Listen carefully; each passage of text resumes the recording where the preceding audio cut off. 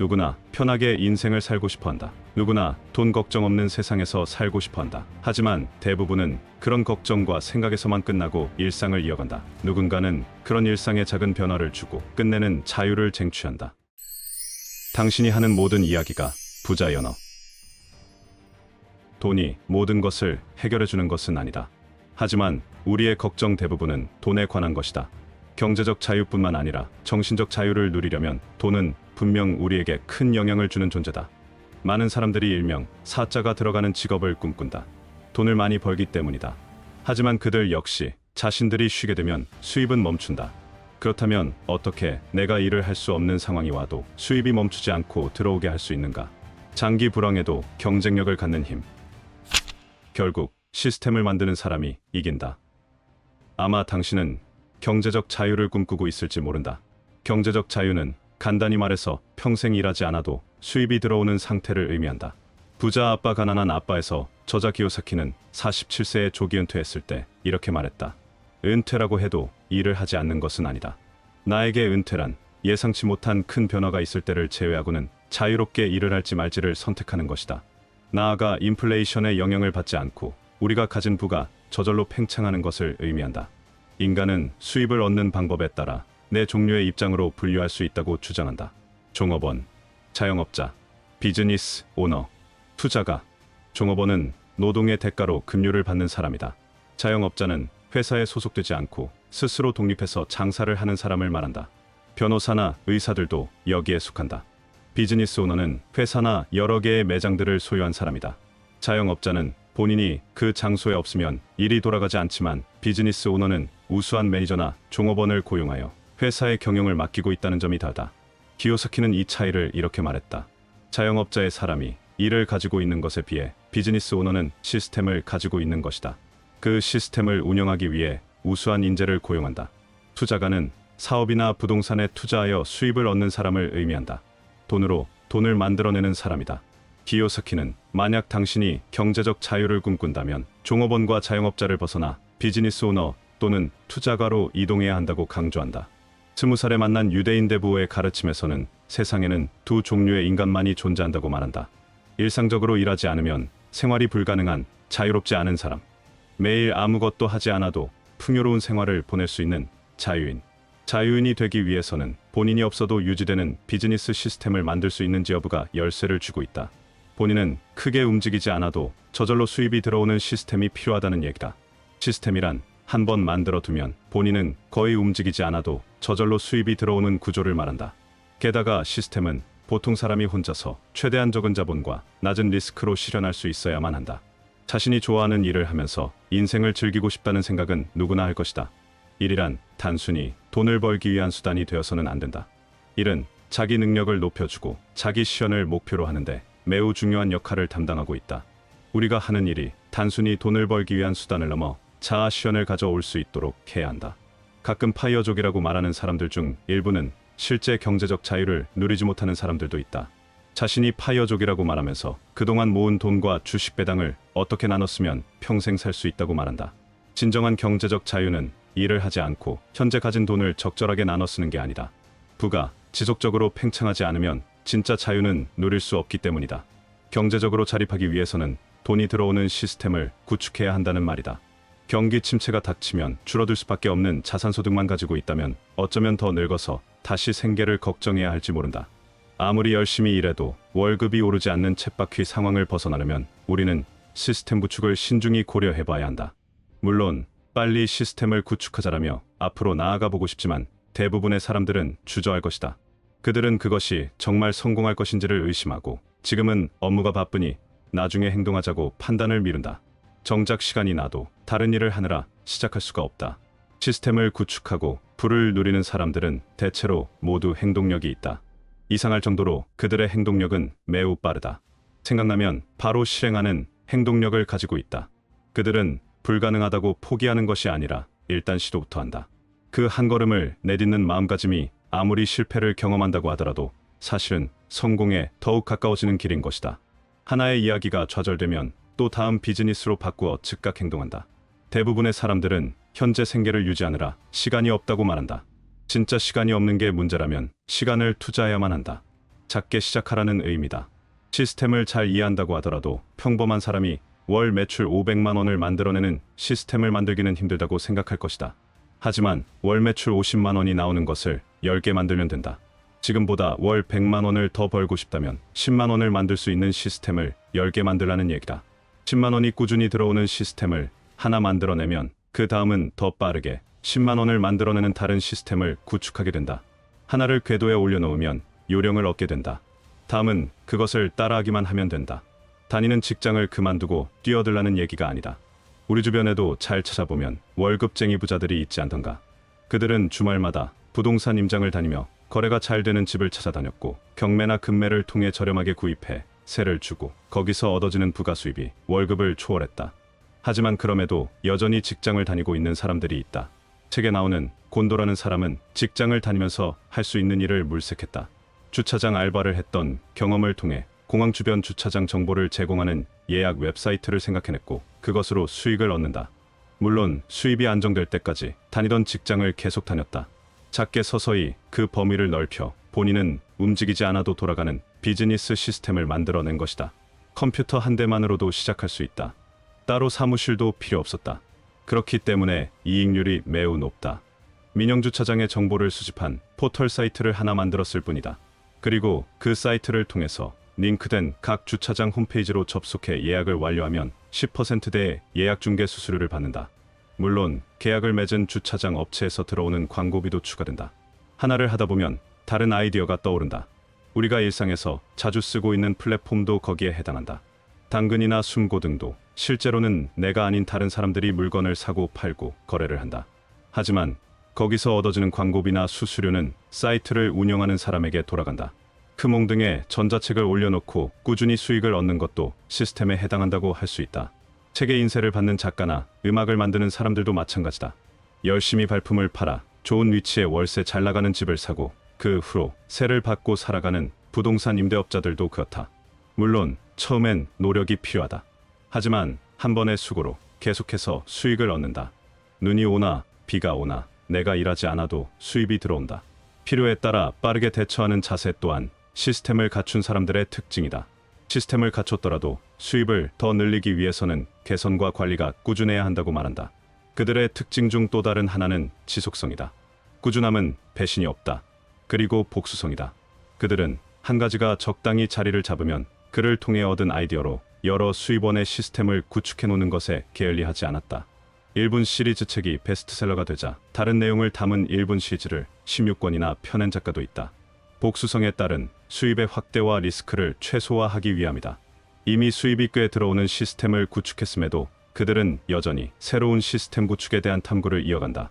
누군가는 이미 돈도 많으면서 왜 쉬지 않고 자꾸 일을 벌리냐고 할지도 모른다. 하지만 돈 버는 재미를 알아버린 사람들은 일을 놓을 수 없다. 그들에게 일은 이미 재미있는 놀이가 되었기 때문이다.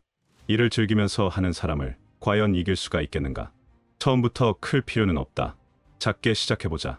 하나라도 해내면 그 다음은 알아서 따라올 것이다. 실패하더라도 계속해서 도전하고 개선해 나가는 사람만이 강한 시스템을 만들어낼 수 있다. 그런 자만이 진정한 자유를 누릴 수 있다. 평범한 게 제일 행복한 것이다. 이 말을 들어보았을 것이다. 정말 그러한가? 우리는 세뇌당하고 말았다. 어느 누구도 평범한 사람, 특색이 없는 사람으로 태어나지는 않았을 것이다. 하지만 어른이 되어가는 과정 어디에선가 세뇌가 시작되었다. 다른 학생들이 사는 것을 살아. 질문하지 말라. 권위에 도전하지 마라. 대학에 들어가라. 실패하지 마라. 좋은 경력으로 이력서를 채우라. 난처한 이야기는 하지 마라. 뭐든 남보다 뒤처지지 않을 만큼만 하라. 우리는 숨을 곳을 찾기 시작한다.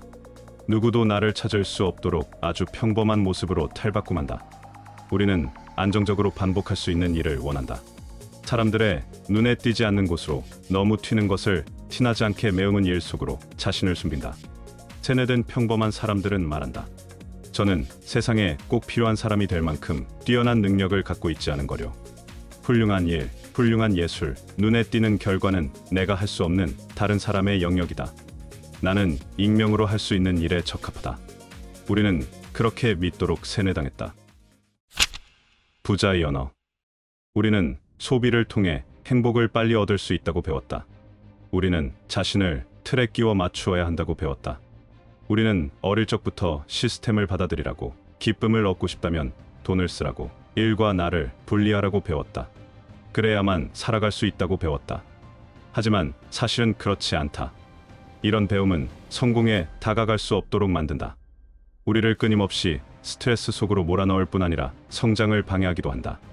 그동안 배운 시스템이 너무 당연하다고 믿고 있기 때문에 여기서 벗어난 사람은 괴상하다 말한다. 겁을 먹은 상황에서 느끼는 감정은 쉽게 잊히지 않는다.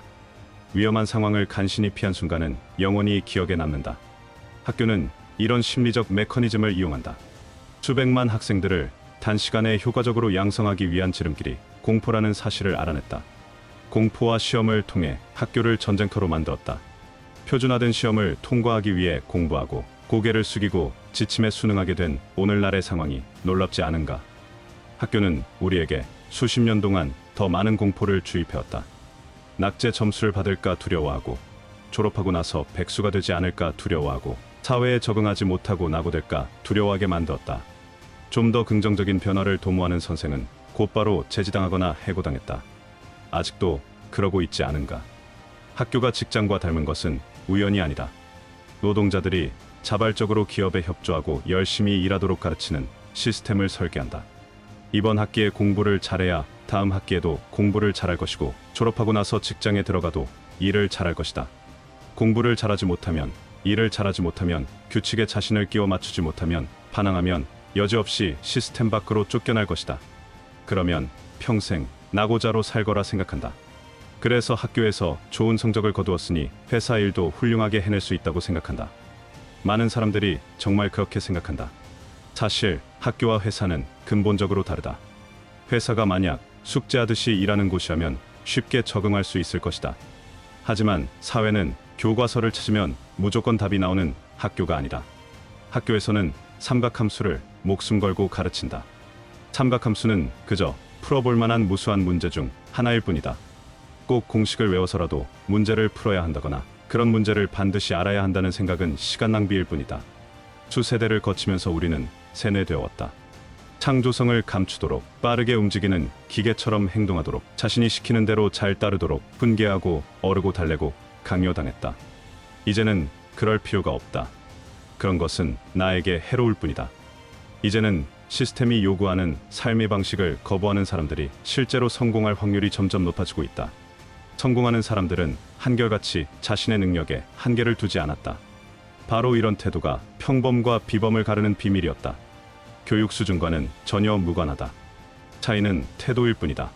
자신에게 스스로 자유로워지라고 속삭여보라. 이제 세상은 천재적인 자아를 꺼내 보여주라 말한다. 당신은 원래 그런 천재였다. 우리는 천재다. 굳이 노벨상까지 탈 필요는 없다. 사람들을 불편한 상황으로 몰아넣는 문제를 해결하는 사람들이 바로 천재다. 천재는 타고나지 않는다. 천재는 만들어진다. 자신의 천재성을 믿지 않으면 영원히 당신은 자신의 천재적인 아이디어를 꺼내볼 수 없다. 그동안 우리 삶을 지배했던 시스템의 기본 공식은 간단하다. 맡은 일을 해라. 시간 맞추어 출근해라. 열심히 일해라. 참아라. 상사의 말을 따라라. 시스템의 일부가 되어라. 그러면 보상을 받을 것이다.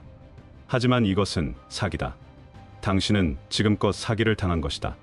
거대한 사기극에 동참하기 위해 길지도 않은 인생에서 그 많은 세월을 팔아넘긴 것이다.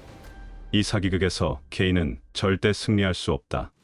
하버드 대학 입학생 중 SAT에서 만점을 받고 들어오는 학생들이 10%를 차지한다. 고등학교에서 1등을 차지하던 학생도 10%를 차지한다. 그럼에도 매년 이 만점 집단과 1등 집단에서 1000명이 넘는 학생들이 하버드에서 쫓겨난다. 완벽함만으로는 충분하지 않다는 증거다. 완벽은 한계를 의미한다. 완벽에 가까워질수록 개선 작업은 점점 힘들어진다. 그리고 세상은 이런 개선의 가치를 그다지 중요하게 여기지 않는다. 한계가 없는 성취를 찾아야 한다. 뛰어난 것은 절대 스펙을 충족하지 않는다. 스펙은 표준들에 끼워 맞출 수 있다는 의미일 뿐이다. 그러니 100점을 맞았다고 좋아할 필요가 없다. 시험에 불합격했다고 슬퍼할 일도 없다는 말이다. 틀에 박힌 이력서를 돌리며 남들이 좋다는 직업을 찾고 있는가?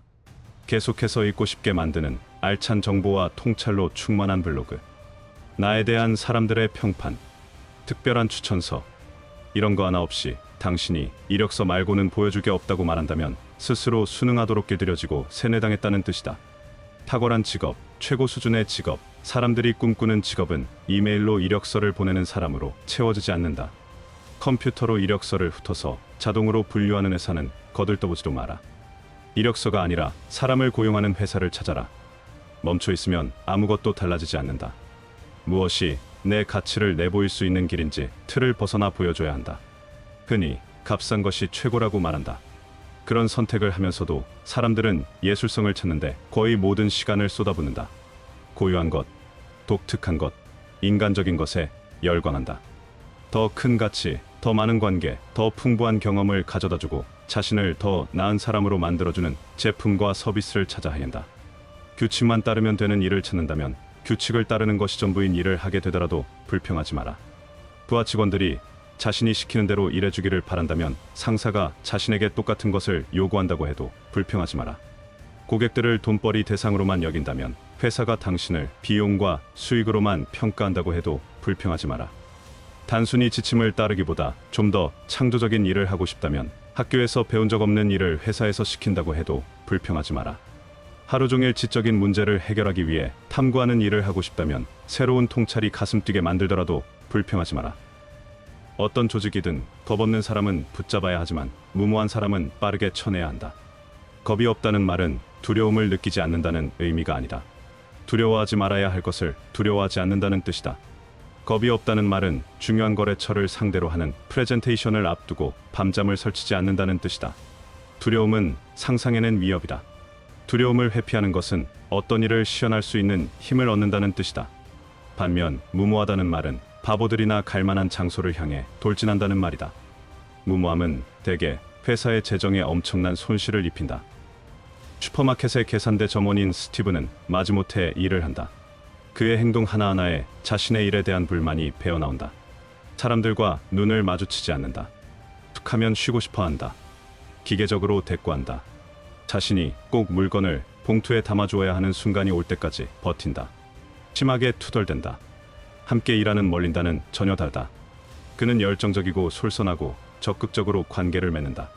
스티브는 자신이 하는 일에 헌신할 만큼 보수를 받지 못한다는 불만을 모든 사람들에게 알리느라 여념이 없다.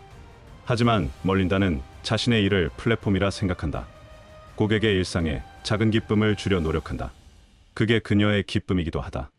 사실 스티브의 불만도 충분히 이해는 간다. 그 슈퍼마켓은 천재성이 있는 사람에게 어떤 보상도 하지 않는다. 일 잘하는 직원을 인정해주고 치켜 세워주는 관리자를 그곳에서 한 번도 보지 못했다. 모두 자기 일에만 매달린다. 결국 멀린다도 머지않아 떠나고 말 것이다. 그런 직장은 빨리 떠나는 것이 좋다. 이 슈퍼마켓이 직원을 얼마나 형편없이 대하는지 단적으로 보여주는 것이 있다. 아무 경험이 없는 사람도 담당자와 대면할 필요 없이 자판기에 인적사항을 입력하면 바로 고용된다. 이것이 의미하는 것은 명확하다.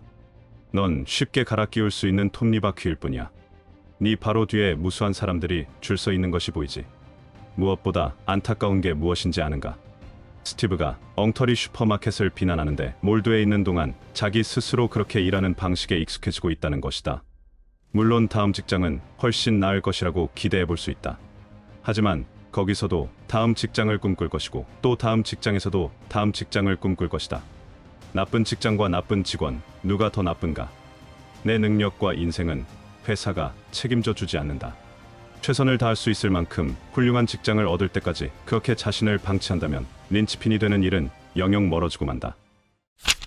린치핀. 린치핀은 소박한 부품이다. 동네 철물점에서 1,000원이면 살 수 있다. 매력적이진 않아도 없어서는 안 된다. 바퀴를 축에 고정시켜 주기도 하고 작은 부품을 연결해 주기도 한다. 사람으로 치면 혼돈 속으로 걸어 들어가 질서를 만들어내는 사람이다. 발명하고 관계를 맺고 창조하고 일을 벌일 수 있는 사람이다. 성공하는 조직에는 어김없이 이런 차이를 만들어내는 누구도 대체할 수 없는 사람들이 존재한다. 물론 조직에서 절대 대체될 수 없는 사람은 없을 것이다. 나보다 더 싼 값에 더 능력 있는 노동자를 더 많이 고용할 수 있는 사람이 어딘가 분명히 있다. 하지만 가장 본질적인 사람들은 대체하기 힘들다. 그들이 빠져나가는 순간 조직이 위험에 처할 수 있다. 길거리에서 야채를 파는 사람을 생각해보자. 가까이 있으며 훨씬 싸고 편리한 슈퍼마켓을 외면하고 손님들이 일부러 찾아오게 만드는 사람이 있다. 그가 떠난다면 사람들은 그곳을 찾지 않을 것이다. 적어도 고객의 입장에서는 그는 꼭 필요한 사람이다. 그런 사람이 떠나는 순간 그 가게는 무가치한 존재로 전락한다. 함께 일하는 사람과 밀접한 관계를 맺었다는 이유만으로 자동차나 집을 사본 적이 있는가? 컨설팅 계약을 맺어본 적이 있는가? 그 사람이 오직 싼 가격과 엄격한 규칙만을 쫓았다면 다른 사람에게서 물건을 샀을지도 모른다. 그가 바로 린치핀이다. 그냥 시키는 것만 하는 사람들은 절대 이런 경험을 전달하지 못한다. 작은 것 하나까지 신경 쓰는 사람, 솔선해서 기여하는 사람. 그들은 자신의 일이 회사의 성공에 얼마나 중요한 기여를 하는지 분명하게 알고 있다. 그것이 결국엔 자신의 성공을 가져온다는 것도 알고 있다. 내면에 예술성을 품지 않은 사람은 한 사람도 없다. 당장은 드러나지 않는다고 하더라도 누구나 잠재력을 가지고 있다. 왜 우리는 타고난 본능을 죽이기 위해 그토록 열심히 노력하는가? 세상은 외치고 있다. 벌떡 일어나서 튀어라. 인간이 되어라. 참여해라. 상호작용해라. 나만의 직관, 혁신, 통찰을 내보이면 남들을 화나게 만들까 걱정하지 마라. 쓸데없는 걱정일 뿐이다. 아마도 사람들은 그런 면을 보이는 당신의 모습에 더 즐거워할 것이다. 그 정도의 위험은 과감하게 무릅써라. 아무리 뛰어난 사람이라도 대부분의 시간은 평범한 사람들이 할 수 있는 일을 한다. 아주 짧은 순간에만 뛰어난 능력을 발휘할 뿐이다. 하루 종일 총명할 필요는 없다. 나머지 시간은 평범한 사람들이 할 수 있는 일을 똑같이 하면 된다. 하지만 탁월함이 터져 나오기 위해서는 수많은 헛발질, 수준 낮은 작업, 해당 분야의 지식이 계속 반복되고 쌓여야 한다. 이것이 바로 린치핀 레버리지 법칙이다. 다른 사람들이 볼 때 어느 한순간에 터득했거나 처음부터 타고난 것처럼 보인다. 그렇게 축적된 경험에서 나오는 그들의 진가가 어떤 짧은 순간에 발휘되는 것이다. 스스로 좋은 아이디어를 떠올리지 못한다 말하는 것은 자신을 평가절하하는 것이다. 자신의 창조성과 예술성에 투자하지 않는 사람은 스스로를 소중하게 여길 만한 아이디어를 떠올릴 수 없다. 나는 저 정도로 그림을 잘 그리지 못한다 라고 말하는 사람은 문제의 핵심을 잘못 파악하고 있는 것이다. 시장이 보상하는 것은 기술이 아니다. 예술, 통찰, 가치를 창조하는 용기이다. 평범함 속에서 안정을 찾는 과정은 정말 피곤하고 힘들다. 그렇게 많은 시간을 일하면 그만큼 몸도 상한다. 조금 더 빠르게 타자를 치고 조금 더 코딩을 잘하는 것만으로는 부족하다. 늘 다른 사람들이 일하는 모습을 어깨너머로 보면서 옆 사람보다 조금 덜 평범해지기 위해 노력한다. 이런 행동은 우리를 지치게 한다. 남을 신경 쓰고 고민해야 하는 상황에서는 일이 제대로 되지 않는다. 일하면서 매 순간 불안을 느낀다면 훌륭하게 일하는 데 필요한 자신감이 솟아날 수 없다. 만약 이런 상황에서도 탁월하게 일을 해나간다면 남다른 인정과 평판을 보상으로 얻을 것이다. 꿈꾸던 날들이 가까이 다가올 것이다. 더 이상 평범한 척할 필요가 없다. 자유롭게 참여하고 기여할 수 있다. 지난 시대를 지배한 최고의 신조는 평범한 사람을 위한 평범한 일, 평범한 일을 위한 평범한 사람이었다. 그게 안정적이고 영원한 행복을 가져다 줄 것처럼 세뇌당했다. 이를 얻을 확률을 극대화하려면 그런 세상의 요구에 자신을 끼워 맞추는 것이 최선의 전략이었다. 하지만 그들 전부가 정말 행복하게 살고 있는가? 그들이 정말 안정적으로 살고 있는가? 우리가 내려야 할 결정은 단 하나다. 둘 중 하나를 선택하면 된다. 꼭 필요한 사람을 찾는 회사를 위해 일할 것인가? 꼭 필요한 사람을 내치는 회사를 위해 일할 것인가? 틀 벗어나 자유로운 영혼으로 특별한 인생을 살 것인가? 틀에 끼워 맞춰진 아무 색깔도 없는 평범한 인생을 살 것인가? 인생 승리자가 되고 싶은가? 이제 겁없는 녀석이 되어라. 틀에 맞춰 무미건조하게 살지 마라. 눈에 띄어라. 내 일이 아니라고 발 빼지 마라. 모든 것에 관대해져라. 100점 같은 완벽 따위 필요 없다. 하루 종일 총명할 필요도 없다. 자신만의 예술을 창조해라. 진짜 능력은 짧은 순간에 판명된다. 남들 눈치 보면서 갈팡질팡하지 마라. 스스로 판단해라. 질문하면서 적극적으로 사람들과 관계를 맺어라. 어떤 것이든 좋다. 아이디어를 공유해라. 누가 시키는 것만 하는 로봇 같은 생활은 그만둬라. 솔선하여 어디서든 보탬이 되는 사람이 되자. 그러면 사람들은 당신에게 보상하지 않을 수 없을 것이다. 그런 사람들은 성공하기 싫어도 성공할 수밖에 없을 것이다. 꿈이 있는가? 미래에 대한 비전이 있는가? 그 꿈 속에서 나는 부자로 살고 있는가? 그 비전 속에서 나는 꽤 유명하고 행복한 삶을 살고 있는가? 많은 사람들이 그런 꿈을 꾼다. 하지만 대부분은 꿈에 불과하다. 성공한 사람들에게도 그런 꿈이 있었다. 에디슨은 전기로 어두운 밤을 밝히는 세상을 그렸다. 조지 스티븐스는 엔진으로 기차를 끄는 걸 늘 꿈꿨다. 베토벤은 정신을 고양할 음악을 작곡하는 자신이 되길 원했다. 그들의 꿈은 성공하겠다는 막연한 꿈이 아니었다. 구체적으로 성취하고자 하는 목표가 있는 꿈이었다. 꿈에서 목표를 도출하고 어떻게 행동할지 계획을 세워 필연적으로 목표가 이루어지도록 만들었다. 꿈꾸는 것은 젊은이들에 국한되지 않는다. 새로운 꿈을 품고 목표를 세우는데 늦은 때가 어디 있단 말인가. 벤저민 프랭클린은 50세가 넘어서 과학과 철학을 공부하기 시작했다. 존 밀턴이 신라권을 완성하기 위해 책상 앞에 앉았을 때의 나이는 50세가 넘었었다. 이미 눈이 먼 상태였다. 부자가 되고 싶은 사람들 대부분은 완전히 정반대의 생각을 한다. 잘 생각해보라.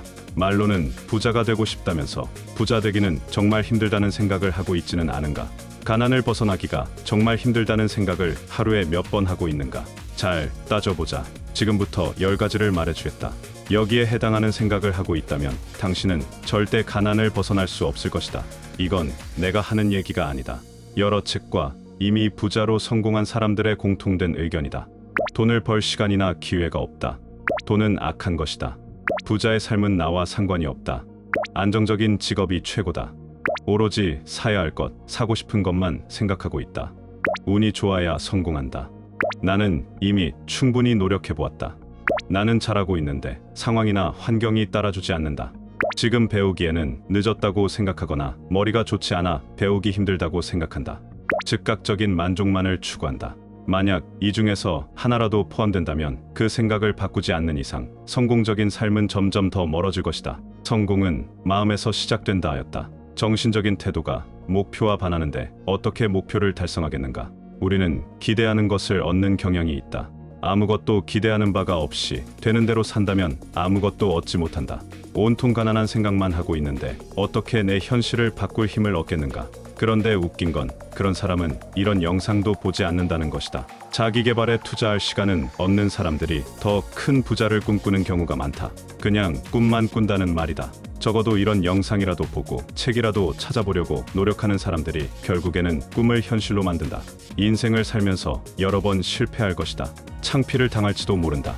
또 그런 경험을 하고 싶지 않다는 두려움 때문에 많은 사람들이 정말로 원하는 것을 얻지 못한다. 그렇지만 이 말을 기억하라. 다 지나간다. 다 잊혀진다. 어차피 사람들은 나한테 그렇게 관심이 없다. 딱 그때뿐이다. 다 잊는다. 그 사람들은 다른 화제거리를 찾느라 바쁜 사람이다. 앞으로도 가난하게 살 사람들은 단기적인 사고를 하기 때문이다. 그러니 다시 믿음과 확신을 세우고 자신의 성공을 바라보라. 더 이상 자신의 삶을 의심하지 마라. 고만고만한 사람들에게 자신의 인생에 대한 의견을 묻지 마라. 진리는 항상 오류를 이긴다. 가장 좋은 일이 일어나고 있다고 믿어라. 건강해지고 있다고 믿으면 아픈 병도 더 빨리 낫는다. 생각은 그만큼 중요한 것이다. 우리 마음이 모든 것을 결정한다는 것을 알아야 한다. 여기 또 하나의 중요한 사실이 있다. 소원은 비는 것이 아니다. 기도는 간절히 애원하는 것이 아니다. 절대 뭔가를 원한다고 하면서 있지도 않은 허상에 뭐뭐해주세요. 이렇게 애걸하지 마라. 그것은 앞으로도 없을 거라는 것을 확신하는 거나 다름없다. 확언을 할 때 절대 그렇게 해달라고 애원하지 마라. 이미 있다. 이미 그렇게 되고 있다. 내 머릿속에서 내 마음속에서 이미 그 일을 뚜렷하게 그릴 수 없다면 그건 그냥 개꿈에 불과하다. 현실의 나는 내가 원하는 그 삶에 빠져서 이미 거기 그 미래에 살고 있어야 한다. 그게 미래를 더 빠르게 끌어당기는 방법이다. 모든 기도는 내 느낌이다. 내가 가진 느낌이 기도의 시작이며 끝이다. 그게 응답이다. 가난을 벗어나는 것은 경쟁자를 이기는 것에서 비롯되지 않는다. 부정적인 내 생각을 이기는 그 힘에서 비롯된다. 모든 게 나한테 달렸다는 말이다. 내가 성공적인 삶을 살지 늘 남만 부러워하는 삶으로 살지는 이미 정해져 있다. 지금 자신이 무슨 생각을 하고 있는지를 보면 그게 신에게 응답을 받은 것과 다름없다. 내 세상을 바꾸고 싶은가? 파산까지 했던 부자가 파산했을 당시에 사람들이 앞으로 어떻게 살 거냐는 질문에 이런 말을 했다. 나는 지금 파산했지만 가난하지는 않다. 나는 한 번도 내가 가난하다고 생각한 적이 없다. 내가 모든 돈을 잃었다고 해서 나를 가난한 사람으로 여기지 말라. 내가 그걸 허락하지 않겠다. 그러니 지금 돈이 없다고 해서 자신을 가난한 사람으로 여기지 말라. 그 누구에게도 허락하지 말라. 가난한 생각을 부자의 생각으로 바꿔본다. 돈이 정말 감사한 것이라 생각한다. 돈을 벌 시간이나 기회가 충분하다 생각한다. 아무리 운이 좋아도 노력과 실행력이 없으면 그 운도 잡을 수 없다. 이미 다 알고 있다고 생각하지 않는다. 아직도 배울 게 많다고 생각하며 만나는 모든 사람을 스승으로 생각한다. 이 말을 절대 잊지 마라. 생각은 자석이다. 자신과 비슷한 성질의 것만을 끌어당긴다. 마음이 가난과 질병에 빠지지 않게 철저하게 단속하라. 마음속에 품은 생각이 우리의 인생을 결정한다. 내 운명을 통제해야 하는 것은 바로 나다. 그 누구도 내 인생을 마음대로 결정짓게 허락하지 않는다. 꿈을 더 이상 꿈으로만 두지 말자. 꿈을 목표로 삼는다. 소망을 결심으로 만든다. 그렇게 할 수 있고 그렇게 해야만 한다. 당신이 성공하는 그날까지 함께할 것이다. 돈이 모든 것을 해결한다고 생각하는가? 돈만 있으면 모든 게 다 이루어질 것 같은가? 계란 3개를 구입하기 위해서 무려 1,000억이라는 돈을 지불해야 했던 나라가 있었다. 미화 1달러가 무려 짐바브웨 돈으로 200억 달러가 될 정도로 화폐 가치가 폭락했다. 국정 운영을 위해 돈만 많으면 다 해결될 거란 경제관념이 전무한 정책이 초래한 결과이다. 돈 자체에는 가치가 없다. 돈으로 해결할 수 있는 문제는 없다. 돈이라면 벌벌 떠는 사람이 있다. 그저 돈을 벌기 위해서만 평생을 바치는 사람이 있다. 부자가 되기 위해서는 이것부터 알아야 한다. 사실 돈 자체에는 대단하지도 높은 가치가 있는 것도 아니다. 돈이 위대할 수 있는 건 일해주는 사람들이 그것을 선택할 수 있을 때뿐이다. 너무 자주 쓰기 때문에 대부분의 사람들이 착각하는 것이 있다. 돈이 지불되기 때문에 응당 그에 맞는 대가를 받는 게 마땅하다고 생각하는 것이다. 흔히 우리는 부모님이 열심히 돈을 버신 덕에 학교나 학원을 잘 다닐 수 있었다고 생각한다. 부모님만이 자신을 위해 희생했다고 생각한다. 하지만 선생님들이 없었다면 어땠을까? 부모님이 돈이 있어도 자녀의 교육 문제를 해결해줄 선생님들이 없었다면 문제는 해결되지 않는다. 손님은 왕이다라는 말이 있다. 그런 슬로건 때문에 꼴랑 몇 푼 주면서 왕대접을 받으려 하는 사람들이 있다. 하지만 가게에서 그 손님을 거부한다면 어떨까? 아무리 돈을 준다고 해도 그 사람에게는 팔기 싫다고 한다면 우리는 의식을 좀 더 확장할 필요가 있다. 돈 너머에는 항상 사람이 있다는 것을 알아야 한다. 그것을 해결해줄 사람이 없다면 돈은 무가치하다는 말이다. 아무리 돈이 많아도 일하는 사람이 없으면 세상은 돌아가지 않는다.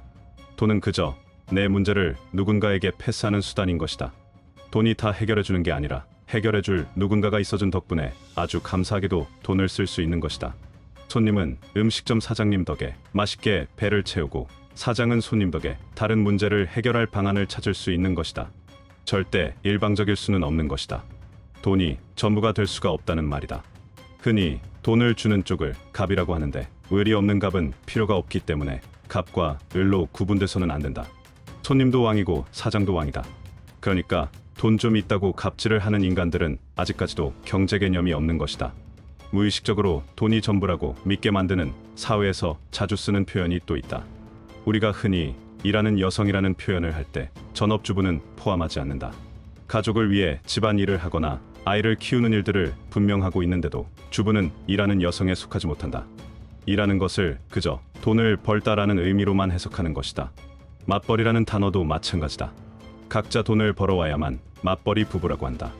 하지만 집안일을 해주는 주부가 없다면 다른 사람에게 돈을 주고 부탁해야 한다. 월급을 받지 않는다고 해서 일을 하지 않는 것도 아니며 돈을 벌고 있지 않은 것도 아니다. 이렇게 생각하고 있는 것이 모두 돈의 노예가 되었다는 의미다. 모든 것을 단지 돈으로만 해석하는 것이다. 일을 한다는 것은 누군가에게 도움이 되는 행위를 말한다. 누군가가 안고 있는 문제를 다른 누군가가 해결해주는 것이다.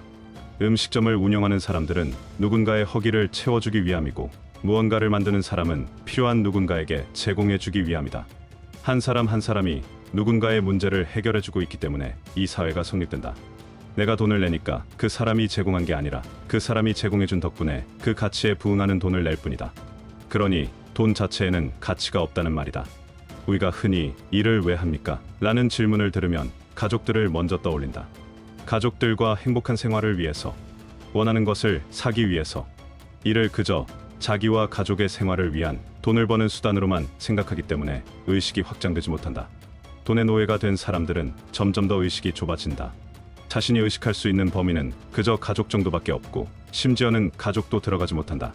자신의 생활을 떠받치고 있는 건 오로지 돈이 전부라고 생각해버린다. 맛있게 배를 채우고 음식점을 나가면서 그냥 계산만 하고 나가는 사람이 많다. 덕분에 잘 먹었습니다 라는 한마디에 돈이 붙는다는 것을 모른다. 내 돈 덕에 저 사람이 일할 수 있는 거라고 생각하는 사람이 얼마나 많던가. 이 사회를 나와 상관없는 것이라고 생각해서 모든 것이 남일이 되고 그저 자기 돈을 불릴 생각만 하게 되는 것이다. 나무를 자르는 사람은 그 나무가 연필이 될 거라고 생각하지 못한다. 그 연필이 누구에게 어떻게 쓰일지도 모른다. 하지만 누군가에게는 그 연필이 필요하고 그 연필을 만들기 위해서는 반드시 나무가 필요하다. 누군가 열심히 일해준 덕에 내 생활이 가능해진 것이다. 내가 하는 일도 마찬가지다. 단순히 월급을 타기 위해 일한다고 생각하는 사람은 발전이 없다. 분명 내가 이 일을 해주는 덕분에 누군가는 도움을 받고 있다. 우리 모두는 서로 덕에 이렇게 살아가고 있다. 돈을 위해 일하고 있다고 생각하면 내 편이 없는 세계에서 혼자 버티며 살아가는 것 같은 기분이 든다. 하지만 누군가를 위해 일하고 있다고 생각하면 내가 바라보는 세계가 확장된다. 돈은 절대 원수 같은 존재가 아니다. 돈은 사람과 사람을 연결해준다. 우리가 이렇게 살아가고 있는 건 누군가 우리를 위해 일을 해주었기 때문이다. 내가 일을 한다는 것 또한 누군가에게는 큰 도움을 주는 것이다. 재해가 일어나면 수많은 사람들이 자원봉사를 자처하고 다른 나라에서도 구조부대를 지원한다. 재해가 일어나서 세상의 구조가 바뀌는 것이 아니다. 그저 그 일로 인해 우리의 의식이 확장되었을 뿐이다. 우리가 살고 있는 이 세상은 주변 사람들과 서로 지지하고 있기에 가능한 것이다. 세계 곳곳의 사람들과 서로 지지하고 있다. 나에서 우리로 범위를 넓히면 공간뿐만 아니라 시간도 확장시킬 수 있다. 과거의 사람이나 미래의 사람도 우리가 될 수 있다. 우리라고 의식을 확장하면 이 세상을 느끼는 방식이 달라진다. 지나가다 사온 붕어빵을 1,000원에 손에 넣었다고 느낄 것인지, 할머니가 나를 위해 정성 들여 맛있는 붕어빵을 만들어줬다고 느낄 것인지 차이다. 가게 주인을 그저 생판남이라 생각하면 1,000원의 붕어빵을 손에 넣었다고 생각할 것이다. 즉, 돈이 모든 것을 해결했다고 생각한다. 하지만 우리라는 범위가 확장되면, 그러니까 모든 구성원들을 나와 연관된 사람이라고 생각하면 나를 위해 붕어빵을 만들어준 할머니에게 고마움을 느끼게 된다. 우리라는 범위는 내가 아는 사람인가 모르는 사람인가가 기준이 아니다. 단지 우리의 의식에 달린 것이다. 돈 버는 것 자체를 목적으로 한다면 그 일은 오래가지 못한다.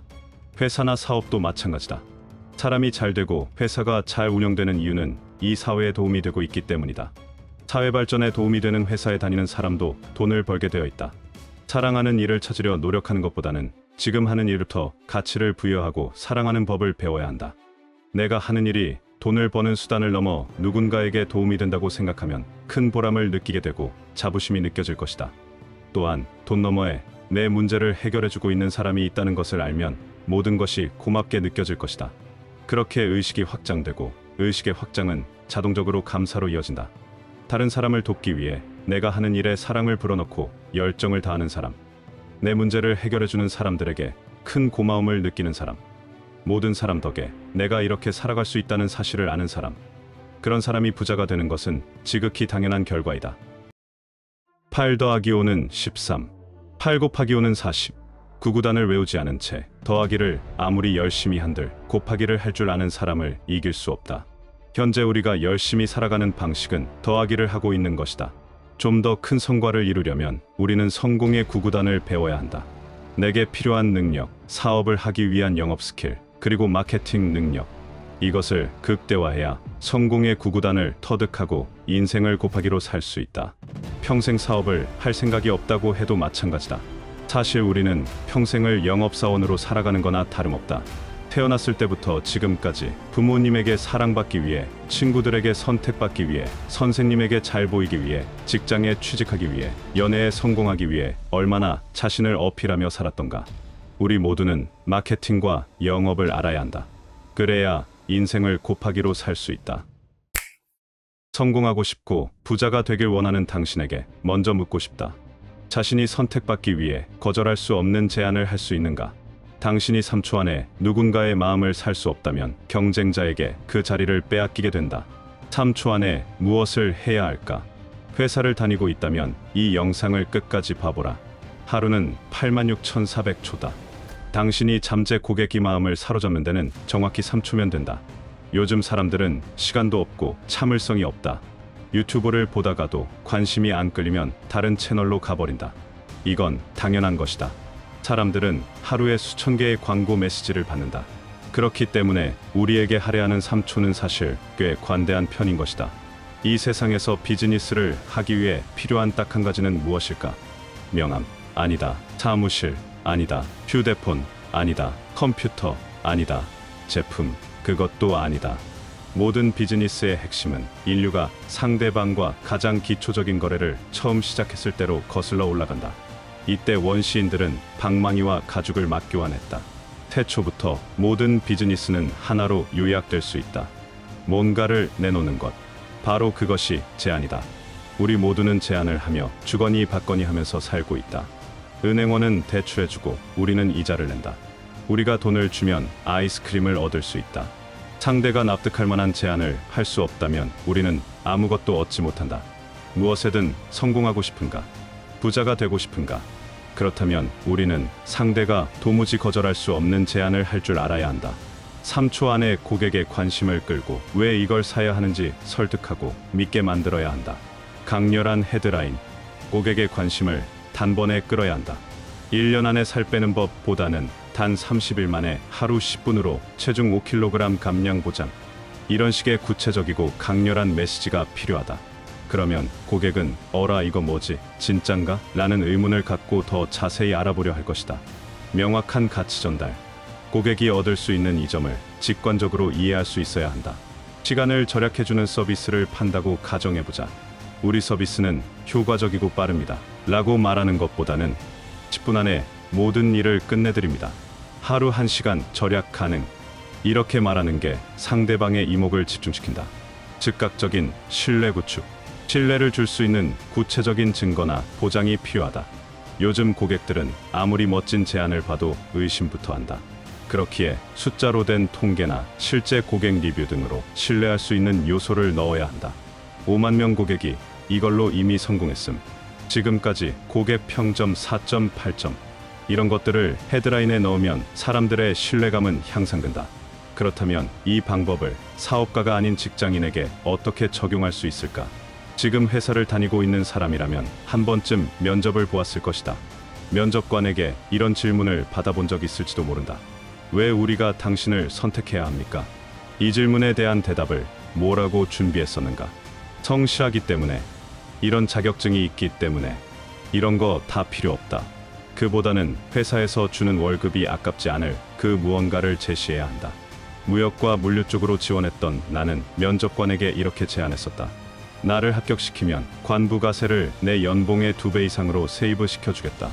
업무 중에서 제일 시간을 잡아먹는 부분을 파악하여 30% 이상 절약해보도록 하겠다.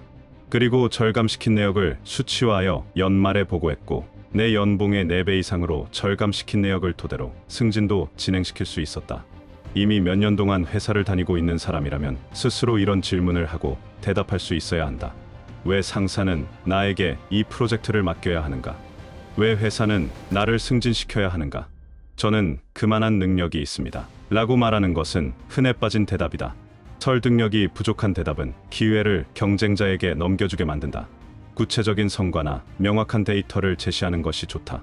이전 프로젝트에서 비용 10%를 절감한 데이터나 마감 기한보다 2주 일찍 끝마쳤다는 성과 말이다. 회사의 상사들은 글로 적힌 내용보다 한눈에 파악할 수 있는 데이터를 좋아한다. 회사에서 내 가치를 증명할 때는 수치화된 데이터로 말해야 한다.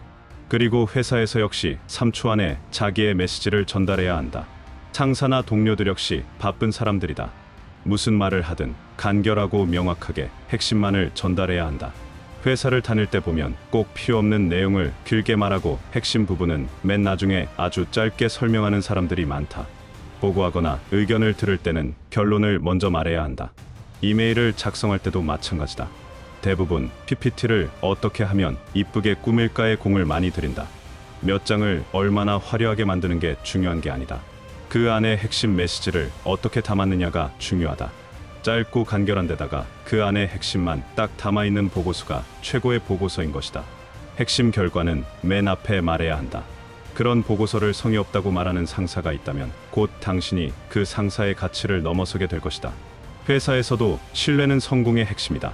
상사나 동료가 내 말을 믿고 맡긴 일을 책임질 수 있다고 확신하게 만들어야 한다. 내가 약속한 일은 반드시 한다. 실수를 했을 땐 빠르게 인정하고 그에 대한 해결책까지 제안할 수 있어야 한다. 과거의 구체적인 성과 데이터로 자신의 능력을 뒷받침할 증거를 마련해둔다. 팀원들에게도 가끔 자신에 대해 물어보는 게 좋다. 업무를 같이 하는데 불편함은 없는지, 개선할 사항은 없는지, 어려운 건 없는지, 도울 것은 없는지. 이런 질문이 동료들에게 신뢰를 얻는 가장 좋은 방법이라고 생각한다. 마지막으로 중요한 것이 있다. 명확함이 기발함보다 낫다는 사실이다. 많은 사람들이 복잡하고 창의적인 메시지를 만들려고 노력한다. 하지만 단순하고 직관적인 메시지가 더 큰 효과를 발휘한다. 따끈한 피자를 30분 안에 배달받지 못하면 공짜.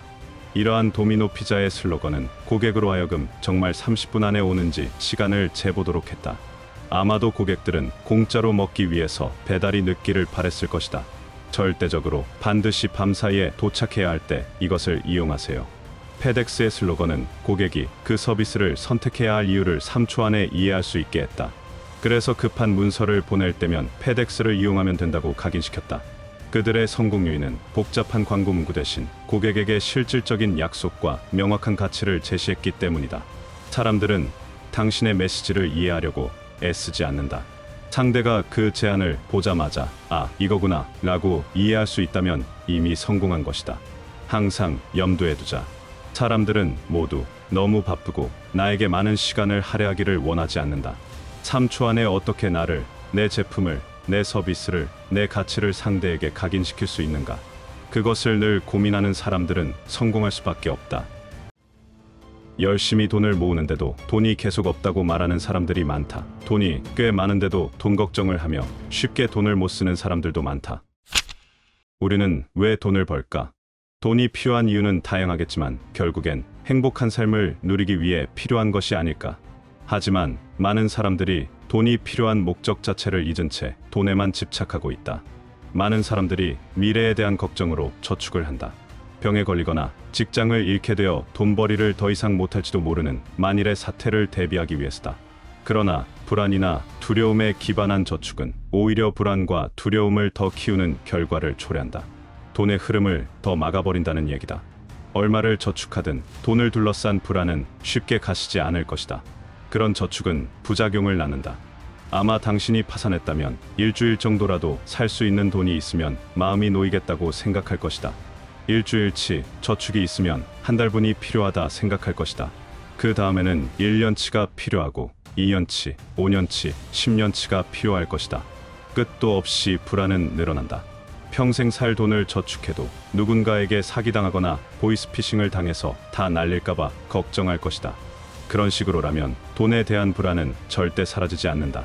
그런 사람들은 돈이 충분해도 어렵게 모았다는 생각 때문에 금방 없어질지도 모른다는 생각 때문에 쉽사리 돈을 쓰지 못한다. 돈을 가졌으면 돈을 써줘야 돈이 순환이 되는 법인데 쥐고 놓지 않으니 마음의 여유는 점점 줄어드는 것이다. 결국 미래를 위해 돈을 열심히 모으고 있지만 모으면 모을수록 계속 적게만 느껴지고 마음의 불안은 커질 것이다. 돈에 대한 불안은 돈의 액수와는 전혀 관련이 없다. 불안과 두려움은 사람의 내면의 자리에 있다. 돈에 대한 두려움이라고 생각하고 있지만 그 깊은 내면에 들어가 보면 실상은 미래와 변화에 대한 두려움이다. 이 어리석은 생각을 붙잡고 죽어라 저축에 매달려 보는 것이다. 미래의 불안을 잊어보고자 무작정 저축한다면 나아질 것은 없다. 매달 내야 하는 공과금, 너무 비싸게 느껴지는 애들 학원비, 매달 드릴 수밖에 없는 부모님 용돈, 너무 자주라고 느껴지는 지인들 경조사비, 지긋지긋한 각종 세금들. 이런 것들을 생각하면서 돈을 바라볼 때마다 매번 한숨만 쉬고 있지는 않은가. 돈은 사람의 감정을 읽는다. 돈은 사람이 자신을 바라보며 느끼는 그 감정을 읽는다. 감정을 읽는 돈은 자신을 부정적으로 바라보는 사람에게 잘 다가가지 않는다. 불안을 위해 모으는 저축이 아니라 행복하게 쓰기 위한 저축을 해야 한다. 그래야 우는 돈이 아닌 웃고 있는 돈을 끌어올 수 있다. 저축하기 전에 그 돈을 쓰면 할 수 있는 재미있는 일들을 생각하는 것이 좋다. 가고 싶었던 곳에 여행을 하거나 좋은 레스토랑에서 좋아하는 사람들과 식사를 하거나 그동안 감사했던 사람들에게 멋진 선물을 하거나 고생한 나를 위해 마사지를 받거나 오랫동안 꿈꾸던 곳에 살며 사랑하는 사람들에게 돈을 쓰는 일을 생각해보는 게 좋다. 미래에 대한 걱정으로 돈을 모으는 생각보다 즐겁게 쓸 곳을 생각해야 돈이 나한테 들어온다는 의미다. 차이점을 알겠는가? 돈에게 불안과 두려움을 불어넣으면서 돈을 부정적으로 만들기보다는 감사와 사랑, 희망과 꿈의 시연과 같은 긍정 에너지를 돈에 불어넣어야 한다. 그래야 돈의 흐름이 더 많이 생기게 된다. 그래야 두려움에 떨고 있는 돈이 아닌 기분 좋게 웃고 있는 돈이 나한테 들어온다. 내가 돈을 보고 웃어야 돈도 나를 향해 웃는다. 돈이 웃어야 더 많은 돈들이 나를 통해서 들어오고 나가면서 순환한다. 그때서야 돈이 문제거리가 아니라 행복을 주는 존재로 보이게 될 것이다. 그때서야 돈은 즐거움과 재미를 위해 있는 것임을 깨닫게 될 것이다. 저축하는 돈으로 할 수 있는 온갖 재미있고 흥분되는 일들을 상상하면 돈에 대해 걱정이 없어진다. 돈에 대해 마음을 놓으면 돈도 나를 편안하게 해준다. 인간의 마음은 아주 단순하고 간단하다. 동시에 두 가지 감정이 생기지 않는다. 불안과 두려움으로 돈을 바라보는 대신 희망적인 일들을 생각하며 돈에 긍정의 마음을 쏟아보라. 그러면 돈이 웃으면서 나에게 말을 걸 것이다. 이봐, 지금까지 어디 있었어? 같이 있고 싶어서 계속 찾아다녔잖아. 이제는 내가 돈을 찾지 않아도 돈이 나를 찾게 될 것이다. 인류가 생긴 이래 인간은 정말 기가 막힌 발명품을 쏟아냈다. 전기, 냉장고, 인터넷, 자동차, 컴퓨터, 스마트폰. 우리 삶의 최고 발명품은 무엇일까? 애플의 창업자 스티브 잡스가 2005년 스탠포드 대학교 졸업식 연설에서 이런 말을 했다. 삶의 최고 발명품은 죽음이다. 곧 죽게 된다는 생각은 인생에서 중요한 선택을 할 때마다 큰 도움이 된다. 사람들의 기대, 자존심, 실패에 대한 두려움 등 거의 모든 것들은 죽음 앞에서 무의미해지고 정말 중요한 것만 남기 때문이다. 죽을 것이라는 사실을 기억한다면 무언가 잃을 게 있다는 생각의 함정을 피할 수 있다.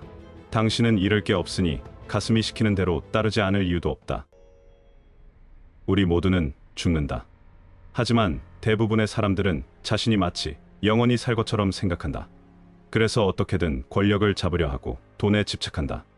남을 속여서까지 자신의 이득을 챙기기를 좋아하고 실패한 인생을 살지 않기 위해 새로운 일에 도전조차 하지 않으려 한다. 내가 제일 싫어하는 말이 있다. 나 진짜 망한 것 같아. 이제 어떻게 살지 막막해서 죽고만 싶어. 이번 생은 어쩔 수 없지 뭐. 팔자가 이런데 내가 어쩌겠어. 이런 말을 입에 달고 사는 주변인들을 싹 정리했다. 나도 이전에는 힘들어 죽겠다는 말을 달고 살았다. 하지만 사실 아무리 힘들어 죽을 맛이어도 어차피 잃을 게 하나도 없다는 것을 깨달았을 때 내 삶은 완전히 바뀌기 시작했다. 어차피 죽을 때는 아무것도 가져갈 수 없으니 결과적으로 보면 잃을 수 있는 것도 아무것도 없는 것이다. 내 자신만 잃지 않으면 우리는 아무것도 잃을 수 없다. 그러나 많은 사람들이 자신을 쉽게 잃어버린다. 끌고 다니는 차가 내 사회적 위치가 되고 다니는 직장이 내 전부가 되고 사는 동네와 집이 곧 내 명함이 되는 세상에서 우리는 얼마나 쉽게 자신을 잃어버리고 살던가. 그래서 직장이나 지위를 잃을까봐, 차를 잃을까봐, 집을 잃을까봐 마음이 편할 날이 없다. 마치 그것들을 잃으면 자신의 인생이 다 끝난다고 생각하기 때문이다. 그것들이 곧 자신이라고 생각하는 어리석음 때문이다. 싹 다 잃어도 우리는 잃는 게 없다는 것을 알아야 한다. 그 생각을 가지면 오히려 얻지 못할 게 없다는 것을 알게 된다. 잃는 것을 두려워하지 않으면 얻는 게 더 많아진다는 말이다. 그리고 오히려 고통을 느껴봐야 인생에서 배울 수 있는 여러 진리를 터득할 수 있다는 것도 알게 된다. 지난주에 오랜만에 가족과 산행을 하고 왔다. 간만에 산을 타서 그런지 그 다음날 병이 나서 하루 종일 끙끙 앓았다. 삶이 이토록 정밀하게 짜져 있는지 다시 느끼는 순간이었다. 정상을 오르기 전도 힘들고 내려온 뒤도 힘들다. 잠깐 정상에 올라 아래를 내려다보며 느끼는 환희는 잠깐이었다. 하지만 우리는 그 잠깐의 환희를 위해 다시 산행을 강행한다. 오르는 동안 또 힘들 걸 알면서도 말이다. 삶에 굴곡이 없다면 얼마나 무료할까? 쇼펜하우어는 말했다. 인생이란 고통과 권태 사이를 오가는 시계추와 같다. 끊임없는 욕망의 고통에 몸부림치다 그 결핍이 충족되면 다시 행복감에 환호한다. 하지만 그 만족감과 행복감은 그리 오래가지 못하고 무료함을 느끼는 권태로운 생활을 하게 된다. 고통을 벗어나고자 애쓰지만 정작 고통을 벗어나면 쉽게 권태에 젖어든다는 것이다. 그래서 인간의 행복이란 고통이 전혀 없는 모든 게 완벽하게 충족된 삶이 아니다. 완벽하진 않지만 어느 정도 고통이 해소된 그런 중간 단계야말로 인간의 행복감이 오래간다 말한다. 정상을 오르긴 힘들지만 저만치 보이는 정상을 향해 조금씩 나아가는 그 과정에서 더 긴 행복감을 느낀다는 얘기다. 삶이 고통스러운가? 그렇다면 축하할 일이다. 당신은 지금 점점 더 행복해질 그 길에 올라서 있는 것이다. 돈이 정말 없던 시절 15,000원 하는 고기 뷔페집에서 이틀치 끼니를 배에 채우고 버스비 아끼려고 40분 넘게 집에 걸어와 일부러 소화되기 전에 바로 잠든 적이 있었다. 그게 월급날에 누릴 수 있는 유일한 낙이었는데 어느 날 결심했다. 이제 절대 그런 뷔페집은 가지 않겠다. 이런 구질구질하고 고통스러운 삶을 반드시 뒤집고야 말겠다. 처음부터 순탄하게 술술 풀린 건 아니지만 결국 내가 바라던 것들을 어느 정도 적당히 충족하면서 살고 있다. 뭔가 해내야 할 일이 있다는 것은 정말로 축복받은 삶이다. 그러니 남들보다 못 사는 것 같다고 스스로를 실패자로 여기지 말자. 오히려 지금이 기회라는 것을 알자. 할 일이 있는 사람은 늙는지도 모르고 산다. 나이와 상관없이 산다는 말이다.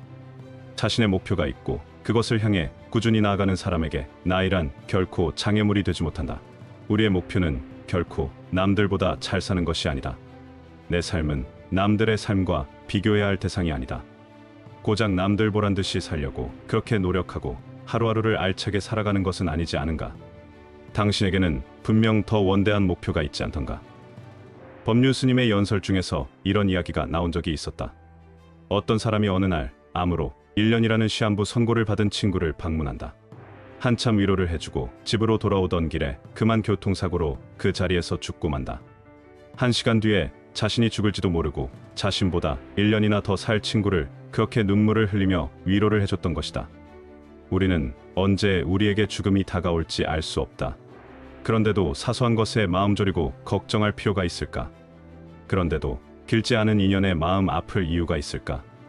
그런데도 정말 간절히 하고 싶은 것을 미룰 이유가 있을까? 그런데도 자신의 인생 목표에 도전하지 못할 이유가 있을까?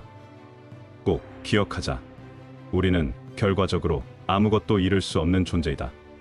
내 자신만 잃지 않는다면 우리는 몇 번이고 다시 시작할 수 있다. 오직 나에 의해서만 내 삶을 언제든지 바꿀 수 있다는 것을 기억하자.